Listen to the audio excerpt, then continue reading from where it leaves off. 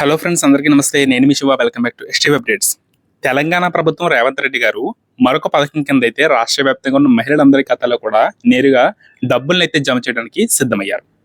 అయితే ఏ పథకం ద్వారా డబ్బులనైతే జమ చేయబోతున్నారు, అలాగే ఈ పథకం ద్వారా డబ్బులనైతే జమ కావాలి అంటే ప్రతి ఒక్క మహిళ కూడా ఈ మూడు అయితే తప్పనిసరిగా ఉండాలని చెప్పి ప్రభుత్వం అయితే ఒక కండిషన్ కూడా, షరతు కూడా పెట్టిందండి.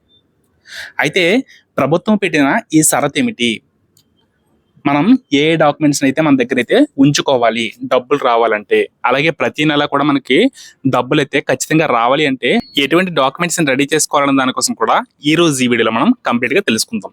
వీడియో చూస్తున్న ప్రతి ఒక్కరు కూడా వీడియోని అయితే ఒక లైక్ మాత్రం చేయడం మర్చిపోకండి.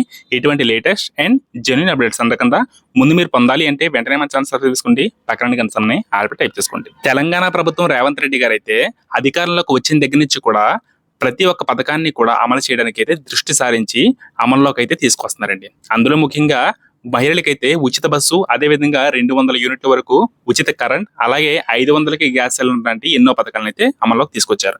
ఇప్పుడు మనం చూసుకున్నట్లయితే రాష్ట్ర వ్యాప్తంగా అర్హులుగా ఉన్న ప్రతి ఒక్క మహిళల ఖాతాలో కూడా ప్రతి నెల 2,500 రూపాయలు అయితే జమ చేయడానికి సిద్ధమయ్యారండి సీఎం రేవంత్ రెడ్డి గారు.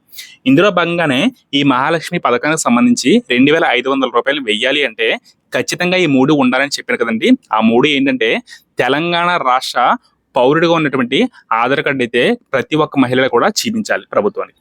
అదేవిధంగా తెలంగాణ ప్రభుత్వం ఇచ్చినటువంటి మీకు జారీ చేసినటువంటి రేషన్ కార్డు కూడా మీరైతే కలిగి ఉండాలండి. అలాగే ప్రతి ఒక్కరు కూడా బ్యాంక్ పాస్బుక్ అయితే కలిగి ఉండాలి. మరి మీ బ్యాంక్ ఖాతాకి అయితే మీ యొక్క ఫోన్ నెంబర్ని అయితే లింకప్ చేసుకోవాలి. అలాగే ఆధార్ కార్డును కూడా మీ యొక్క బ్యాంక్ అకౌంట్కి అయితే లింకప్ చేసుకోవాలండి.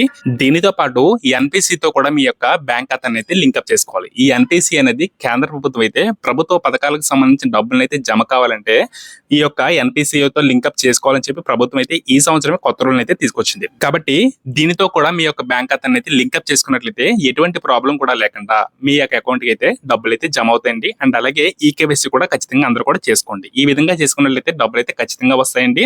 దీనికి సంబంధించి ఈ 2,500 రూపాయలు అయితే మహిళల ఖాతాలో జమ కావడం కోసం ఇంకా ఎవరికైనా ఏమైనా డౌట్స్ ఉన్నట్లయితే ఖచ్చితంగా మన వీడియోకి అయితే కామెంట్ చేయండి. అందరికీ కూడా మీ యొక్క డౌట్స్ అయితే క్లారిటీ ఇవ్వడానికి అయితే రిప్లై ఇస్తాను. Thanks for watching. Please subscribe and like.